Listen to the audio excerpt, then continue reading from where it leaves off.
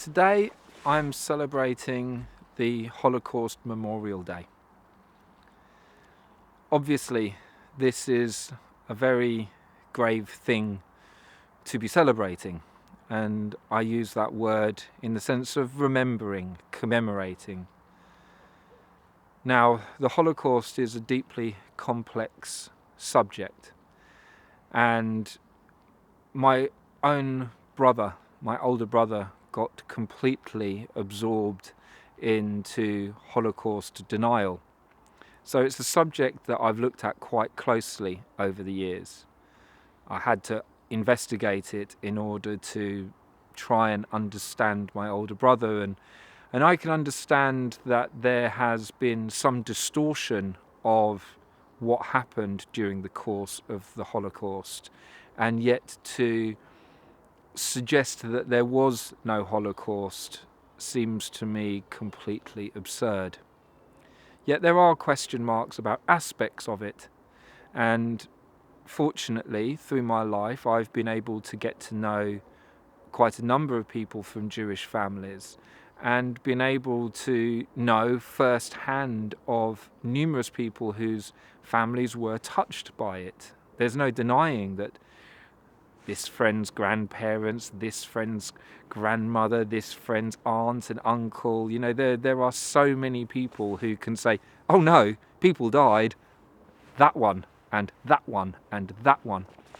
And I suspect that the list of names and the corpses and skeletons that were found are very, very clear evidence. Now, some people might think that that is to discredit the Holocaust, even to give that much time to consider denying it. And the Holocaust is this horrible scar on the 20th century.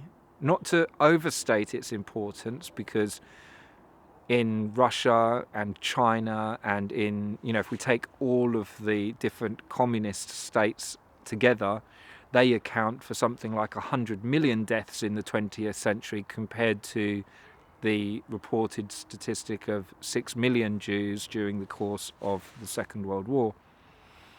So, without overstating its importance, because clearly many, many more millions of people died of all sorts of other racial and religious backgrounds, there's no doubting that the Jewish population have suffered enormously in the course of history.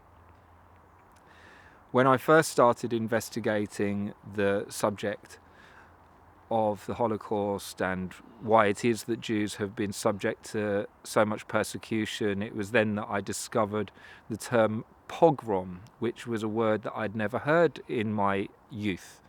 And the fact that throughout Eastern Europe there were these frequent attacks on Jewish people, where suddenly in one night the whole community where they lived could turn on them and attempt to wipe them out.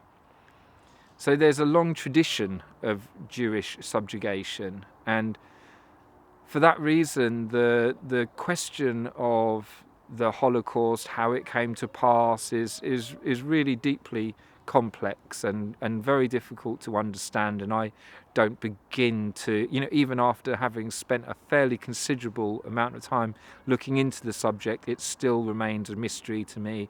And obviously the ongoing battles that exist in Israel are testimony to how protracted and how difficult to untangle this situation really is.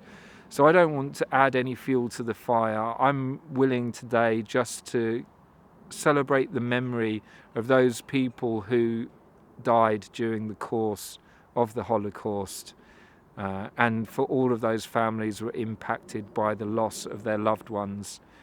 I give thanks for people like Viktor Frankl, who survived the Holocaust and was able to share his experiences so eloquently.